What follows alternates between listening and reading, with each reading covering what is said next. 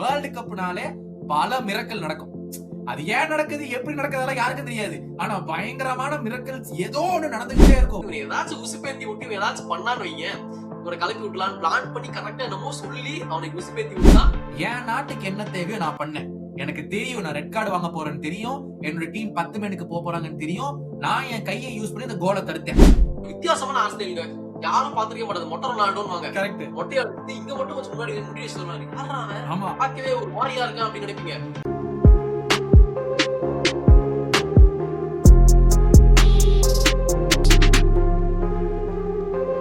வணக்கம் மக்களே, welcome to a brand new episode இந்த வேர்ல்ட் கப் ஃபுட்பால் சீரீஸ்ல வந்து எங்களோட ஜாயின் பண்றதுக்கு ரொம்ப நன்றி.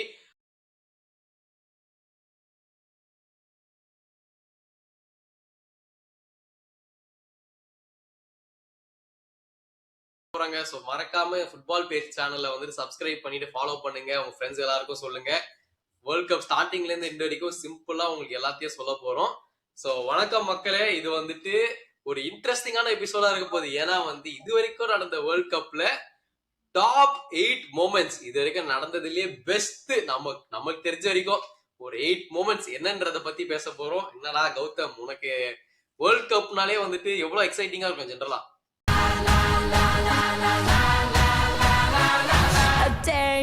ஆமாண்டா. ஏன்னா சில மொமெண்ட்ஸ் எல்லாம் இன்னைக்கு நம்ம பேச போறது வந்து எனக்கே இப்ப ஏதாவது படிச்சு பார்க்கும்போது நம்ம எழுதி வச்சிருக்கோம்.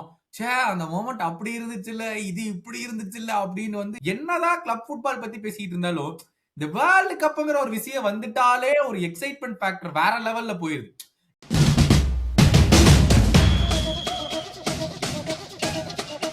ஏன்னா கிளப் ஃபுட்பால்ல சொல்லலாம், ஐயோ எனக்கு இந்த பொசிஷன்ல இந்த பிளேயர் வாங்கி கொடுக்க மாட்டேங்கிறாங்க, அது பண்ண மாட்டேங்கிறாங்க. அட இங்க எல்லாம் கண்ட்ரிக்கு நீ இருந்தா இரு, அவ்வளவுதான், இவ்வளவுதான் பிளேயர்ஸ் உனக்கு. இதை வச்சு நீ என்ன பர்ஃபார்ம் பண்ற நம்ம டைம் அண்ட் டைம் பார்த்திருக்கோம். வேர்ல்டு கப்னாலே பல மிரக்கல் நடக்கும். அது ஏன் நடக்குது, எப்படி நடக்குது யாருக்கும் தெரியாது. ஆனா பயங்கரமான மிரக்கல்ஸ் ஏதோ ஒண்ணு நடந்துகிட்டே இருக்கும் வருஷம் வருஷம். அந்த மாதிரி ஒரு 10 மொமெண்ட்டை எடுத்து வச்சிருக்கோம். முதல்ல இருந்து நம்ம வந்து ஆரம்பிச்சிடுறேன். அந்த முதல் மொமெண்ட் 8 கரெக்ட். அந்த மீதி 2 வந்து நீங்க வந்து ஆட் பண்ணிட்டே இருக்கீங்க மொமெண்ட்ஸ் வந்து எங்களுக்கு தெரிஞ்ச நீங்க வேணா உங்க பெஸ்ட் மொமெண்ட்ன்றத போடுங்க, அதை நாங்க அப்படியே ஆட் பண்ணிப்போம் கமெண்ட்ஸ்ல. கரெக்ட். அதனால வந்து எடுத்த உடனே வந்து நம்ம இப்போ முடிஞ்ச அந்த வேர்ல்டு கப்ல இருந்தே வந்து ஸ்டார்ட் பண்ணலாம். ஏன்னா சட்டைய போட்டு வந்துட்டான். இந்த போன வருஷம் வேர்ல்டு கப் ஸ்டார்ட் ஆகிறதுக்கு முன்னாடியே வந்து ஏன்னா சவுதியில நடந்துச்சுல்ல, அதனால வந்து பெரிய சவுதியில எல்லாம் கொண்டு போய் வேர்ல்டு கப் வைக்கலாமா அப்படின்னு ஒண்ணு. ரெண்டாவது மிட் சீசன்ல வேற வேர்ல்டு கப் நடந்துச்சு, டிசம்பர் மாசம் வேற. அது இன்னொரு பெரிய talking point. Ronaldo the world cup இல்ல, மெஸ்ஸி டி வேர்ல்டு கப் இல்ல, இந்த வருஷம் என்ன நடக்கும் ஏது நடக்கும்னு சும்மா அதை பத்தி பேசிக்கிட்டே இருந்தாங்க. அதனால எப்படி இருந்துச்சு அந்த ஃபைனல்ல மெஸ்ஸி அப்படியே வேர்ல்டு கப் இல்ல, இந்த என்டையர் வேர்ல்ட் கப்போட மெயின் முடிஞ்ச அப்புறமா மெயின் டாக்கிங் பாயிண்ட் என்னன்னா, எப்பவுமே பேசப்படுறது வந்துட்டு ரொனால்டோ வர்சஸ் மெஸ்ஸின்றதுதான் மேஜர் டாபிக்ங்க. யார் பெருசு இதுல இது தெரிஞ்சுக்கிறதா ஃபேன்ஸ் எல்லாம் அடிச்சுப்பாங்க. அதுல ஒரு முக்கியமான பாயிண்டா என்ன இப்ப ஆட் ஆச்சுன்னா, இந்த வேர்ல்டு கப் போன வாட்டி நடந்த வேர்ல்ட் கப் வந்து லியோனல் மெஸ்ஸி அண்ட் அர்ஜென்டினா தான் வந்து ஜெயிச்சாங்க. சோ அதனால வந்துட்டு மெஸ்ஸி வந்துட்டு எல்லா ட்ரோஃபியும் ஜெயிச்சாச்சுங்க. பேலண்டார்ன்றது பெஸ்ட் ஃபுட்பாலர் ஆஃப் தி இயர்னு ஒரு அவார்டு தருவாங்க. அதுவும் வந்து மெஸ்ஸிக்கு தான் அதிகமா இருக்கு. சாம்பியன்ஸ் லீக்ன்ற பெரிய ட்ரோஃபியும் அவர்கிட்ட இருக்குதுங்க. மத்த எல்லா என்ன ட்ரோஃபிலாம் சொல்லுங்க எல்லாமே இருக்குது. இல்லாத ஒரே மேட்டர் வந்து இந்த வேர்ல்டு கப். மாரடோனா வந்து ஆல்ரெடி ஜெயிச்சு கொடுத்தாரு அர்ஜென்டினாக்கு, மெஸ்ஸினால முடியல அப்படின்ற ஒரு பேச்சுவார்த்தை ஒரு கருத்து எப்பவுமே இருந்திருக்குதுங்க. நான் அதை மாத்தி காமிக்கிறேன்டான்னு சொல்லி அவர் ஆடி தான் வந்துட்டு கோல்டன் பால், அதாச்சும் வந்து பெஸ்ட் பிளேயர் அவார்டே வாங்கினார் அந்த டோர்னமெண்ட்ல. அது இல்லாம ஃபைனல்ஸ்ல ஒரு கோல் ஒரு அசிஸ்ட் என்னென்னமோ எல்லாம் பண்ணி ஃபைனல்ஸ்ல போய் 3-all டிரால முடிஞ்சு அப்புறம் பெனால்டிஸ்ல போய் ஜெயிச்சிட்டாங்க. So incredible achievement. இதை கேட்டிருக்குமோ ரொனால்டோ ஃபேன்ஸ் உட்கார்ந்திருப்பாங்க, இந்த மார்டினஸ் மட்டும் அவனே உள்ள விட்டுருந்தா எங்க நிலைமையே வேறடா அப்படின்னு சொல்லி. ஆமா, இப்ப பேசுறதுக்கு இன்னும் கண்டென்ட் வேணும்ல. பட் இருந்தாலும் அதாங்க, அது ரொம்ப ஒரு உணர்ச்சி வசமான ஒரு வேர்ல்ட் கப்பா இருந்துச்சு. ஏன்னா ஃபுட்பால் ஒரு ஜாம்பவான் வந்துட்டு இல்லாத கையில இல்லாத ஒரே ஒரு பொருள் வந்து இந்த வேர்ல்ட் கப் தான். அதுவுமே வந்துட்டு கிடைச்சதுனால ஃபேன்ஸ் எல்லாரும் சந்தோஷங்க. அண்ணாச்சி ஹாப்பி, எல்லாரும் ஹாப்பின்ற மாதிரி ஒரு பயங்கரமான வேர்ல்ட் கப்பா இருந்துச்சு.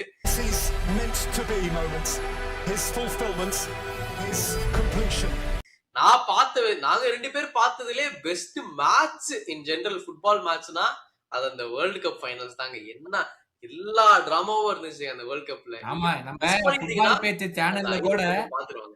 கரெக்ட் தான் சொல்ல வந்தேன். ஃபுட்பால் பேஜ் சேனல்ல கூட நம்ம வந்து லைவ் வாட்ச் அலாங் பண்ணியிருந்தோம் அந்த ஃபைனல்ஸ் உடைய. அதுல வந்து நீங்க பாத்தீங்கன்னா நாங்க 2 பேரும் ஐயையோ இது போயிருச்சு, ஐயையோ இது போயிருச்சு அப்படின்னு சொல்லிட்டு ரியாக்ஷன் பண்ணிட்டு இருந்தோம். சோ மறக்காம அதையும் பாத்துட்டு வாங்க. அது வந்து அர்ஜென்டினா மெஸ்ஸி ஜெயிச்சிட்டான்டா. ஏன் கத்துற? சரி சரி சரி. ஆக்சுவலா ஆமா நான் பார்த்ததுல பெஸ்ட் ஃபைனல்ஸ். எனக்கு டெஃபினெட்லி நோ டவுட் இல்ல கிரேட்டஸ்ட் எவர். இந்த மேட்ச்ல பயங்கரமான கேமா இருந்துச்சு. பட் எவ்வளவு பெரிய மொமெண்டா இருந்துச்சுடா. On a scale of 1 to 10 Messi lifting the world cup அப்படின்னு உன்னோட இடத்துல பாத்தீங்கன்னா எப்படி இருந்துச்சு? 10ன்னு சொன்னா அது கம்மியா இருக்கும். அது அப்படி கூட சொல்ல முடியாது. அவர் வந்துட்டு அந்த வேர்ல்ட் கப் எடுக்கிறதுக்கு முன்னாடி பாத்து ஒரு முத்தம் கொடுத்துருப்பாரு பேரு. தலைவா இதுக்குதானே வெயிட் பண்ணிட்டு இருந்த வேர்ல்ட் கப் ஃபுல்லான்ற மாதிரி இருந்துச்சு. So total satisfy. General football ஃபேன்ஸா நீங்க வந்து மெஸ்ஸி பிடிக்கலனாலும் நீங்க பாத்துட்டீங்கன்னா ஓகே இவருக்கு வந்து இது ஒரு என்ன சொல்றது ஜஸ்டிஃபைட், ஒரு கண்டிப்பா இவருக்கு இது அச்சீவ் பண்ண வேண்டியதுன்றா உங்களுக்கும் தோணி இருக்கும். சோ நல்லா இருந்துச்சு அந்த வேர்ல்ட் கப். எனக்கு ரொம்ப பிடிச்சது. எக்ஸாக்ட்லி. அடுத்தது அப்படியே பார்த்தோம்னா மறக்க முடியாத ஒரு இன்ஸ்டன்ஸ். இத பத்தி உலக பூரா பல பேர் பலவிதமாக ஏன் நடந்துச்சு, ஏன் இப்படி பண்ணாரு அப்படின்னு சொல்லிட்டே வந்து எக்கச்சக்கமான பேர் பேசினாங்க. நம்ம பேசிட்டு இருக்கிறது ஜிடேன் ஜிடானோடைய டமார் அப்படிங்கிற ஒரு ஹெட்பட். என்ன ஆச்சு, ஏன் நடந்துச்சு? என்ன ஆச்சுன்றது சொல்லலாங்க. இது வந்து என்னன்னா ஃபைனல்ஸ் 2006 ஃபைனல்ஸ்ங்க. அதாவது இட்டாலி வர்சஸ் பிரான்ஸ்ல நடக்குது. ஜிடேன் தான் வந்துட்டு அங்க டீம் கேப்டன் நினைக்கிறேன், தப்பா இருந்தா மன்னிச்சிருங்க. அவர் பெரிய ஆளு. அவரு தான் வந்துட்டு அந்த டீமோட முக்கியமான பிளேயருங்க. அந்த டைம்ல அவர் அசைச்சிக்கவே முடியாது. அவர் மிட்ஃபீல்ட்ல ஆடக்கூடிய one of the best players ever. அப்படி ஆடிட்டு இருக்கும் போது டீம் அவர் நம்பிதான் இருக்குது. இந்த ஃபைனல்ஸ் டைம்ல வந்து ஒன்னு என்ன பண்றான்னா, நல்லா ஆடுவான் இவனை போய் வந்து நம்ம அடிச்சு ஏதாச்சும் பண்ணாலும் ஒண்ணும் பண்ண போறது இல்லை, இவன் டீம்ல இருக்க வரைக்கும் உனக்கு பிரச்சனைடா, என்ன பண்ணலான்னு வந்து மாற்றாதீங்க ஒரு கோளாறு பையன் அவனை யோசிக்க ஆரம்பிச்சான். அவன் யோசிக்க ஆரம்பிக்கும் போது இவனை ஏதாச்சும் உசுப்பேத்தி விட்டு இவன் ஏதாச்சும் பண்ணான்னு வைங்க, இவனை கலப்பி விட்டலான்னு பிளான் பண்ணி கரெக்டா என்னமோ சொல்லி அவனுக்கு உசுப்பேத்தி விட்டா நம்ம ஜிடானுங்க சுருக்குன்னு கோவம் வந்துட்டு மண்டையிலே ஒரு போடு டும்முன்னு அடிச்சுட்டாரு.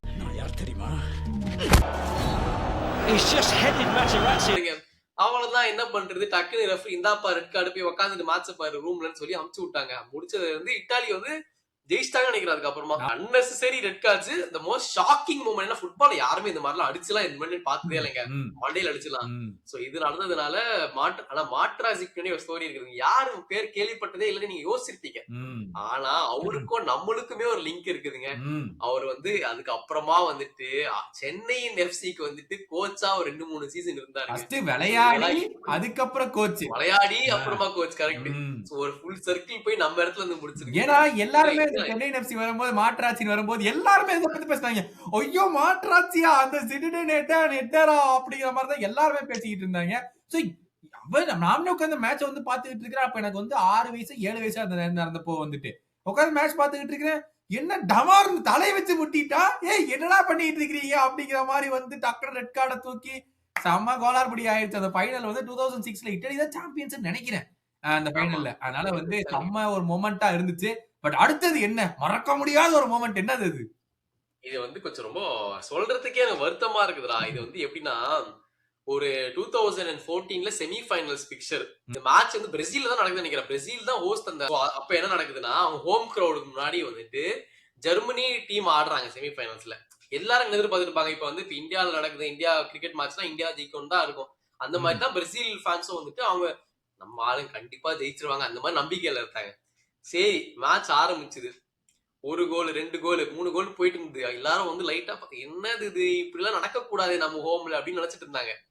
கேம் முடியறப்ப அவங்க ஹோம் ஃபேன்ஸ் முன்னாடியே 7-1 ஒரு எம்பாரசிங்கான டிஃபீட்டுங்க. எல்லா பிளேயர்ஸும் அழுதுக்குன்னு மூஞ்சி எங்க காமிக்கிறதே தெரியாத நிலைமையில போட்டு ஃபேன்ஸ் எல்லாம் அழுது என்னெல்லாம் நடக்குதுன்னு புரியாம ஜெர்மனி 7-1 போட்டு தாக்கி பிரேசிலியே வந்து தூக்கிட்டானுங்க டோர்னமெண்ட் விட்டு. இப்படி இருந்திருக்கோம் யோசிச்சு பாரு. அதுவும் பிரேசில் வந்து இஸ் நோன் ஃபார் ஃபுட்பால். நீ வந்து எந்த குழந்தை ஆம்பளை பையனோ பொண்ணோ யாரோ ஃபுட்பால் ஃபுட்பால் ஃபுட்பால் பிரேசில்னு வந்துட்டாலே ஃபுட்பால் அப்படின்னு இருக்கும்போது ஒரு ஹோம் வேர்ல்டு கப்பு நம்ம தாண்டா இத்தனை வருஷம் ஆச்சு நம்ம ஜெயிச்சு இப்ப இனிமேல் நம்ம தான் ஜெயிச்சே ஆகணும் அப்படிங்கிற ஒரு பிரஷர்லயே ஆடிட்டு இருக்கும் போது இந்த மாதிரி ஒரு அப்சல்யூட் ஒரு மாலிங் ஒரு எம்பாரஸ்மெண்ட் வந்து நடக்கும் போது 7 கோல் நம்பவே முடியல. உட்காந்து பார்த்துட்டு இருக்கும்போது என்னடா பண்றீங்க ஜெர்மனி, என்னடா இப்படி போட்டு கொல்றீங்க அவங்கள. நல்ல ஞாபகம் இருக்கு. கடைசியில டேவிட் லூயிஸ், தியாகோ சில்வா அப்படியே மூஞ்சி மறைச்சு போவானுங்க. அந்த மாதிரி மறக்க முடியாத இன்சிடென்ட்டா இந்த ஒரு 7-1ங்கிற ஒரு ஸ்கோர் லைன் மறக்கவே முடியாதா ஜெர்மனி போட்டு பிரேசில் அடிச்சது.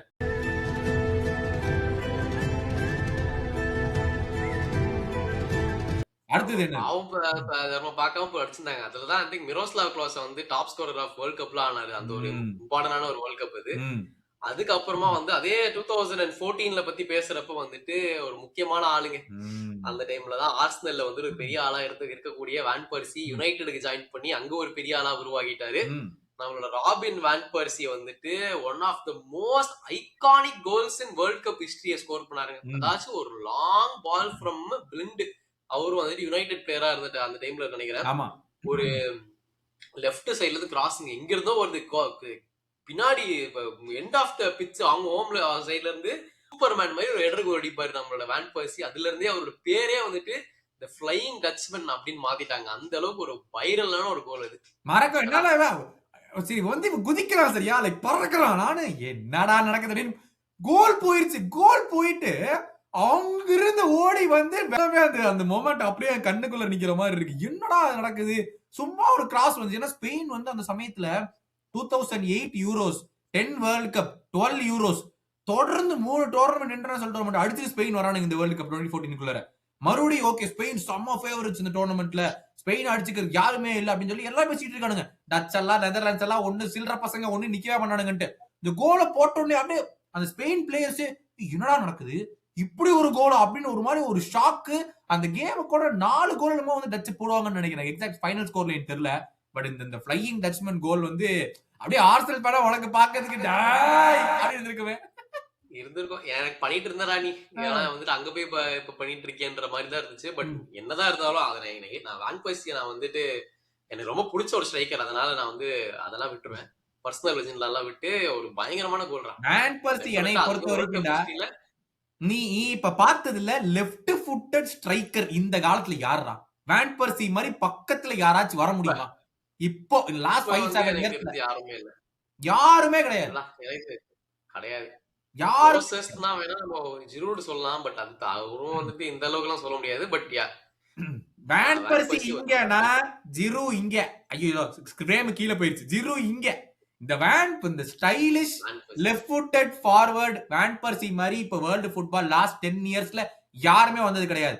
அவன் அடிக்கிற ஸ்ட்ரைக்கு, அவன் அடிக்கிற வாலி கோலு, அவன் பண்ற ரன்னு, பாடி மூவ்மெண்ட், பாடி ஃபேடு சான்ஸே கிடையாதுடா. he was the most stylish left footed center forward in world football. நீ சொன்னது கரெக்ட் தான். ஆமா அந்த மாதிரி ஒரு வித்தியாசமான ஸ்டைல் பார்க்க முடியாது. சரி நெக்ஸ்ட் என்ன?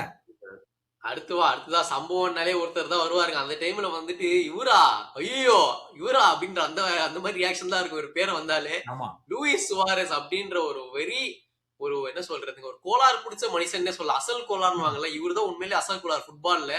அதாவது இந்த ஆட்கள்ல வந்து போட்டு கழுத்தில் கடிக்கிறது, கிள்ளி வைக்கிறது, அப்புறம் குழாய் வைக்கிறது, இந்த மாதிரி வேலையெல்லாம் கேம்ல பண்ணக்கூடிய ஒரே ஆள் வந்து நம்ம லூயிஸ் சுவாரஸ்.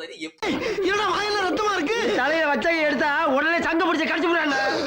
சங்க கடிக்கிறானா இப்படி ஒர்க் ஆகுது இப்படி போடுதுன்ற மாதிரி இருக்கும். என்ன ஆச்சுன்னா 2010ல வந்துட்டு சோ பேசிக்கலி என்னன்னா ஃபுட்பால் வேர்ல்ட் கப்ல மட்டும் வந்து ஜெனரலா இந்த கையில வந்து பால தொட்டு ஏதாச்சும் பண்ணாங்கன்னா ஹேண்ட் ஆஃப் கார்டுன்றானுங்க. அது வந்து சும்மா அது ஒரு ஃபேமஸான டேர்ம். அதை ஞாபகம் வச்சுக்கோங்க. யாராவது சொன்னாங்கன்னா அப்படி மேரடோனா வந்துட்டு ஒரு ஹேண்ட் ஆஃப் கார்டுன்ற ஒரு கோல் அடிச்சிருப்பாரு, கையாலே பால தைய விட்டுருப்பாரு. அந்த டைம்ல வந்து நம்மளுக்கு இந்த என்ன சொல்றது தேர்ட் அம்பையர் விஆர்ன்ற சிஸ்டம்லாம் இல்ல, அதெல்லாம் கண்டுபிடிக்க முடியாது, கோல் எல்லாம் கொடுத்துருவாங்க. அந்த மாதிரி என்னாச்சுன்னா இந்த 2010 வேர்ல்ட் கப்ல வந்து சுவாரேஸ் வந்து முக்கியமான உருகுவை வந்துட்டு ஏதோ டிராலையோ என்னமோ இருப்பானுங்க.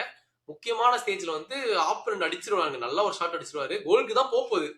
அந்த மாதிரி சமயத்துல வந்துட்டு என்ன பண்றதுன்னே தெரியாம இவர் கையை வச்சு தடுத்துருவாருங்க. சரி போய் தொலையட்டும், நம்ம ரெட் கார்டு வாங்கிடலாம்னு சொல்லிட்டு சேவ் பண்ணிட்டு ரெட் கார்டையும் வாங்கி கிளம்பிடுவாருங்க. அதுக்கப்புறமா வந்துட்டு நம்ம உருகுவே கோல் கீப்பர் வந்து அந்த பெனால்ட்டியை சேவ் பண்ணிட்டு இவங்க வந்து வின்னரும் அடிச்சிருவாங்க நினைக்கிறேன். வின்னரும் அடிச்சுட்டு உருகுவை ஜெயிச்சிருவாங்க. அதுல இருந்து இவர் ஒரு உத்தம வில்லன் அப்படின்ற ஒரு பேரையே வாங்கிட்டு கோலாதனால ஒரு மனுஷன் உருவாகிட்டாரு லூயிஸ் சுவாரஸ். சொல்லு உங்கால் தானே? ஆமா. இப்போ ரீசெண்டா ஒரு மாசம் முன்னாடி வந்து ஒரு இன்டர்வியூ கேட்டிருந்தாங்க. அவன் எந்த நாடு, கானா, எக்ஸாக்ட்லி கானா. ஸோ கானா ஃபேன்ஸ் எல்லாம் வந்து உங்களை பார்த்தா செம்ம கான்ல இருப்பாங்க. நீங்க இப்படி பண்ணி விட்டீங்களா அவங்கள வந்து பண்றதுக்கு? கானா ஃபேன்ஸ் உங்க மேல எவ்வளவு கடுப்புல இருப்பாங்கன்னு கேட்டா, அவன் செம்மையா சொன்னான். என் நாட்டுக்கு என்ன தேவையோ நான் பண்ணேன். எனக்கு தெரியும் நான் ரெட் கார்டு வாங்க போறேன்னு தெரியும். என்னோட டீம் 10 மெனுக்கு போறாங்கன்னு தெரியும். நான் என் கையை யூஸ் பண்ணி இந்த கோலை தடுத்தேன். கானா ஃபேன்ஸ் கடுப்பா இருக்கணும்னா பெனல்ட்டியை மிஸ் பண்ணா பாருங்க, அவன மேலதான் கடுப்பா இருக்கணும். என் மேல எது கடுப்பா இருக்கணும்? அவனுக்கு நான் 10 மெனு கீழே போய் பெனல்ட்டியே வாங்கி கொடுத்து நீங்க ஈஸியா வின் பண்ண வேண்டிய கேமை வந்துட்டு அவன் தோக்கடிச்சிருக்கீங்க. அவனால வந்து தோத்துருக்காங்க. கானா ஃபேன்ஸ் கடுப்பை வந்து அவன் மேலதான் காமிக்கணும். அப்படி இருந்துமே வந்து நான் அந்த டோர்னமெண்ட்ல இப்படி பண்ணனால என்னோட டீம் வந்து இப்ப ப்ரோக்ரஸ் ஆகி அடுத்ததுக்கு நாங்க போனோம். என்னோட இன்னும் 10 வாட்டி எனக்கு அந்த சான்ஸ் கிடைச்சா நான் மறுபடியும் பண்ணுவேன் அந்த மாதிரி. அதை நான் நிப்பாட்ட மாட்டேன் நானு. அதனால அப்படி ஒரு மொமெண்ட் அது வந்து அழகா ஐ அப்படின்னு சொல்லிட்டு போய் கையை பிடிச்சி நிப்பாட்டுவாரு. யோசிச்சு பாத்தீங்கன்னா அந்த கேம் தோத்துருந்து ஒருவேளை யூரோகுவே வெளியே போயிருந்தாங்கன்னு வச்சுக்கோங்க, உன்னையோட முட்டாள் யாராச்சும் இருக்க முடியுமாடான்னு பேசியிருப்போம். கரெக்டா? ஆனா இந்த மொமெண்டே அந்த நாட்டையே மாத்தி ப்ரோக்ரஸ் ஆச்சுன்னா அந்த டைம்ல நமக்கு யூரோகுவே பத்தி பேசும்போது சுவாரஸ், ஃபோர்லாண்ட், ஃபால்காவ் இவங்க எல்லாருமே இல்ல, ஃபால்காவ் இன்னொரு ஸ்ட்ரைக்கர் இருப்பான், கவானி 3 பேர் எல்லாமே யூரோகுவே ஃப்ரண்ட் 3 எப்படிப்பட்ட டீம்லா இவனுங்க அப்படின்னு பேசிட்டு இருப்பானுங்க அவங்களோட ஃப்ரண்ட் 3 வச்சுக்கிட்டு. அந்த மாதிரி டைம்ல எல்லாம் இருந்தது யூரோகுவே சரியான டைட் அப்போ வந்து. சோ அந்த டைம்ல இந்த மாதிரி ப்ரோக்ரஸ் ஆகி வர்றது வந்து அன்ஃபர்கெட்டபிள் மொமெண்டா இருந்துச்சு அது. ஏன்னா எனக்கு ஞாபகம் வந்து மறுபடியும் போன மாசம் இந்த மாதிரி வித்தியாசமா பண்றப்பதான் நம்மளும் ஞாபகம் வச்சுப்போம். வந்து ஏதோ பண்ணின டீமுக்கும் ஹெல்ப் ஆயிருக்குது. சோ அதனாலே வந்துட்டு நம்ம வில்லனான சுவாரஸ் ஃபார்ம் ஆன கதை தான் இது 2002.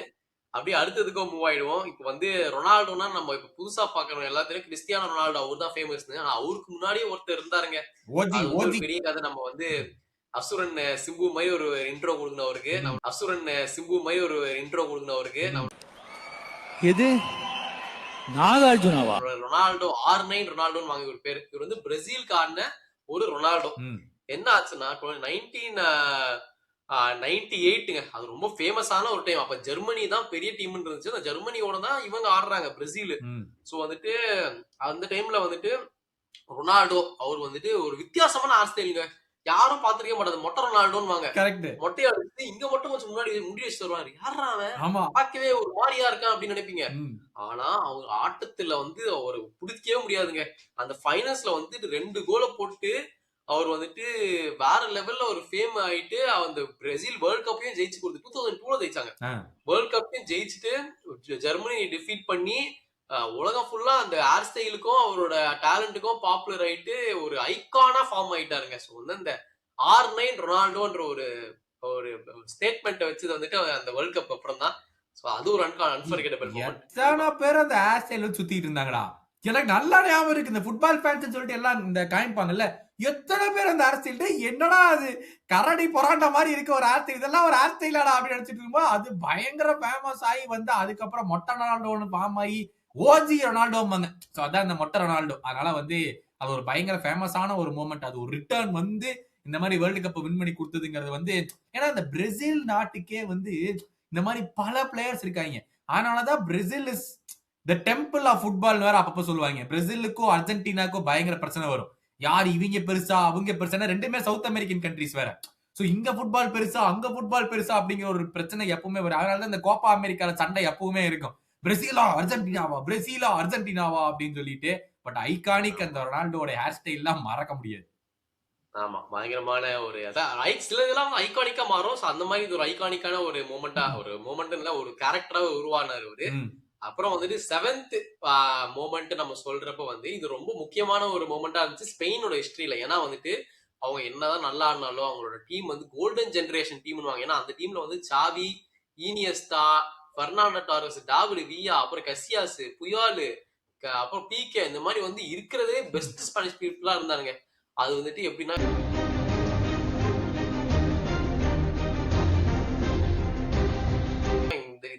இது வரைக்கும் வேர்ல்ட் கப் ஜெயிச்சதே இல்லைங்க ஸ்பெயின். ஸோ வந்து அவ்வளோ பெரிய ஒரு வெயிட் இருந்தது அவங்க மேல. எப்படியாச்சும் ஜெயிச்சே ஆகணும், இந்த மாதிரி நல்ல டீம்ல நல்ல பிளேயர்ஸ் தான் வச்சிருக்கோம், ஜெயிச்சே ஆகணுன்ற மாதிரி இருந்துச்சுங்க. அப்படி இருக்கிறப்ப வந்துட்டு அவங்க ஆடுறது நெதர்லாண்ட்ஸோட ஆடுறாங்க 2010. இதுதான் இந்த ஃபேமஸான இந்த சவுத் ஆப்பிரிக்கா ஃபைனல்ஸ். ஸோ அப்படி ஆடுறப்ப 0-ஆலே தான் இருந்துச்சுங்க, பேக் டு பேக். அந்த சைட்ல ராபன் ஆடுறாரு, ராபன்னால கோல் அடிக்க முடியல, வான்பர்சி இருக்கிறாரு, ஸ்னைடரு, அவங்களால அடிக்க முடியல. இங்க நான் சொன்ன மாதிரி யாருனாலையும் முடியல. கேம் எக்ஸ்ட்ரா டைம் போதுங்க. எக்ஸ்ட்ரா டைம்னா 120 நிமிஷம் ஆடுவாங்க. 116வது நிமிஷத்துல ஈனியஸ்டாக்கு ஒரு பால் ஃபேப்ரிகாஸ் தராரு நினைக்கிறேன். அங்க வந்துட்டு அந்த பாலை எடுத்துட்டு பயங்கரமான ஒரு வாலி கோல் அடிச்சுட்டு அப்புறம் செலிப்ரேஷன் சட்டை கட்டி வர போனாருங்க. அந்த சீன்ஸ் நான் சொல்ற ஃபுல் சீன்ஸுமே வந்துட்டு அப்படியே வந்து ஹிஸ்டரியில வந்துட்டு பதிக்கக்கூடிய ஒரு நிரவரமா இருந்துச்சுங்க. ஏன்னா வந்து ஒரு இம்பார்ட்டன்டான கோல். ஏன்னா ஸ்பெயினோட ஃபர்ஸ்ட் வேர்ல்ட் கப் ஜெயிச்சு கொடுத்து அந்த பேர்டனை வந்துட்டு ஸ்பெயின்ல இருந்து இப்ப எடுத்துட்டாங்க. ஸோ அதனாலேயே வந்துட்டு ஈனியஸ்டாவோட கோல் வந்து ஒரு மறக்க முடியாத மொமெண்ட் ஃபார் ஸ்பெயின். அதான் சொன்னேன்ல ஒரு இந்த வீடியோல ஸ்டார்டிங்ல 2008 euro final winner, 2010 world cup winner, 2012 euro winners அப்படின்னு அது ஒரு லெஜெண்டரி ஸ்பெயின் டீம். நீங்க வந்து யாரை எடுத்து பார்த்தாலும் இந்த பிளேயரா அப்படின்னு சொல்ற மாதிரி ஒரு டீம் வந்து வேற லெவல் டீம் அது. அண்ட் அந்த சட்டையை கழட்டிட்டு அந்த ஓடுனது வந்து இனியஸ்டா மறக்கவே முடியாது யாருனாலையுமே. ஏன்னா இனியஸ்டா வந்து இந்த கோல் ஸ்கோர் பண்றதுக்கு ஃபேமஸான ஒரு பிளேயரே இல்ல. அவன் வந்து பிளேவை டிக்டேட் பண்ணிட்டு கேமை கண்ட்ரோல் பண்ற ஒரு பிளேயர்.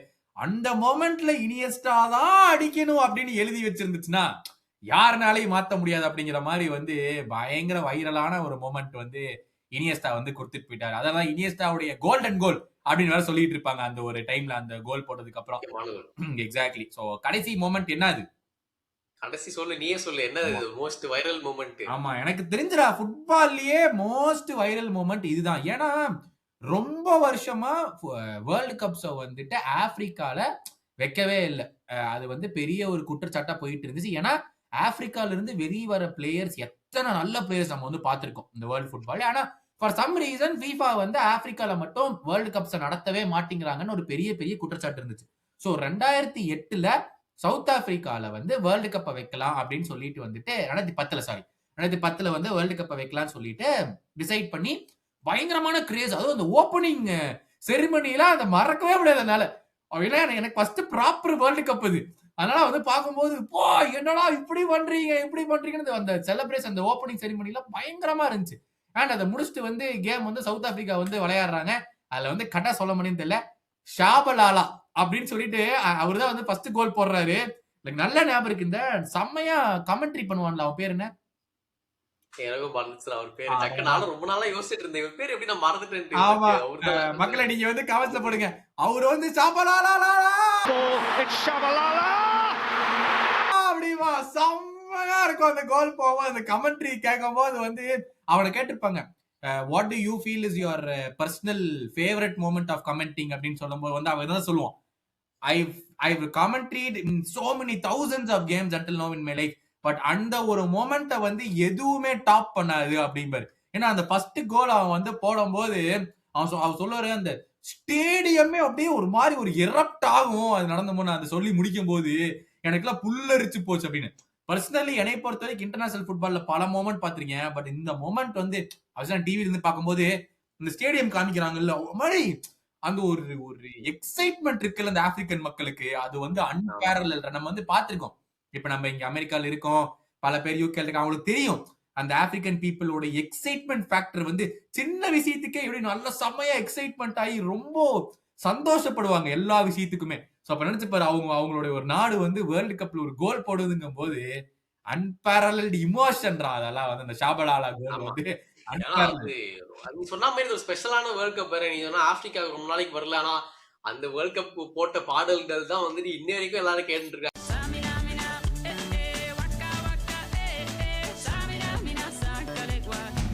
வேவிங் பிளாக்னு ஒரு பாட்டு இருக்கும். இது ரெண்டுமே வந்துட்டு இப்ப வரைக்குமே கேட்கலாம். அந்த மாதிரி ஒரு வைரலான ஒரு சாங்ஸ், அந்த ஒரு செட்டப்பே வந்து நல்லா இருந்துச்சு. ஒரு மாதிரி நல்லா வைபா இருந்துச்சு. அந்த ஜாபுலானின்னு ஒரு பால் 2010ல அது ரொம்ப ஒரு இன்ஃபேமஸான பாலா போயிடுச்சு. சோ எக்கச்சக்கமான விஷயங்கள் நடந்தது 2010 வேர்ல்ட் கப்ல.